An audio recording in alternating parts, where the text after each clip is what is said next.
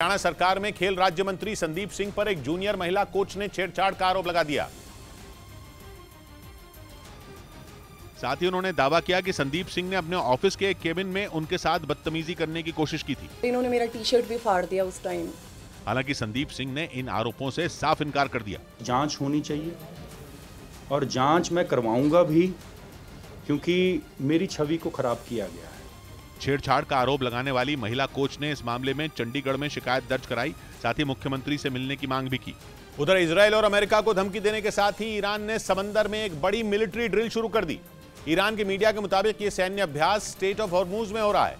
ये समंदर का वो रास्ता है जहां ईरान और अमेरिका भिड़ते रहते हैं, और अब ईरान ने अमेरिका और इजरायल को अपनी ताकत दिखाने के लिए उसी जगह को चुना है।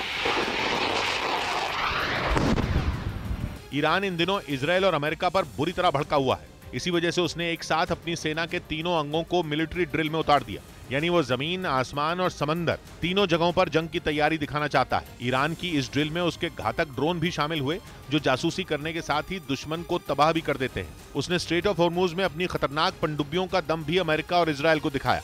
इसके साथ ही ईरान ने स्ट्रेट ऑफ हॉर्मूज में इतनी बड़ी मिलिट्री ड्रिल करके अमेरिका को सीधी चुनौती दे दी, क्योंकि अमेरिका से उसका कई बार यहां आमना सामना हो चुका है। स्ट्रेट ऑफ हॉर्मूज पानी का करीब 95 किलोमीटर चौड़ा वो रास्ता है जो फारस की खाड़ी को ओमान की खाड़ी और अरब सागर से जोड़ता है।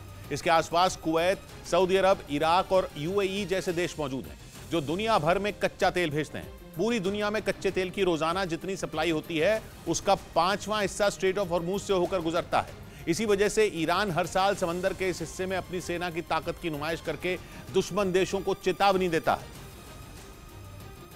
लेकिन इस बार वो जो मिलिट्री ड्रिल कर रहा है वो पहले के सैन्य अभ्यास से कई मायनों में अलग है, क्योंकि इस ड्रिल से पहले उसने न सिर्फ इजरायल बल्कि अमेरिका को भी धमकी दी। ईरान ने अमेरिका को आंख दिखाते हुए कह दिया कि वो उस पर हमले के बारे में सोचे भी नहीं, क्योंकि अगर ऐसा हुआ तो ईरान इजरायल के साथ अमेरिका की भी ईंट से ईंट बजा देगा। और अपनी चेतावनी पर मोहर लगाने के लिए ईरान ने ड्रिल में अपनी खूंखार मिसाइल जुल्फकार को शामिल किया।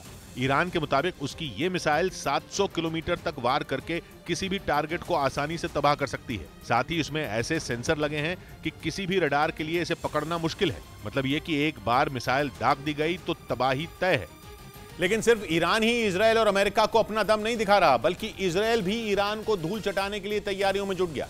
यहां तक कि उसने अपनी वायुसेना के ट्रेनिंग ले रहे पायलटों को भी तैयार रहने के लिए कह दिया, ताकि जब ईरान पर हमले का आदेश मिले वो भी लड़ाकू विमानों को उड़ाकर धावा बोल सकें। इजरायल के मीडिया के मुताबिक वहां के रक्षा मंत्री ने एक एयरबेस का दौरा किया और उन्होंने वहां ट्रेनिंग ले रहे पायलटों को तैयार रहने को कहा। उनके मुताबिक 2 से 3 साल में उन पायलटों को ईरान के परमाणु ठिकानों पर हमला करना पड़ सकता है। इतना ही नहीं, इजरायल के रक्षा मंत्री ने ट्रेनिंग ले रहे पायलटों को बताया कि इजरायल अभी से उस हमले की तैयारी में जुट गया है, जो ईरान के लिए किसी खतरे की घंटी से कम नहीं है।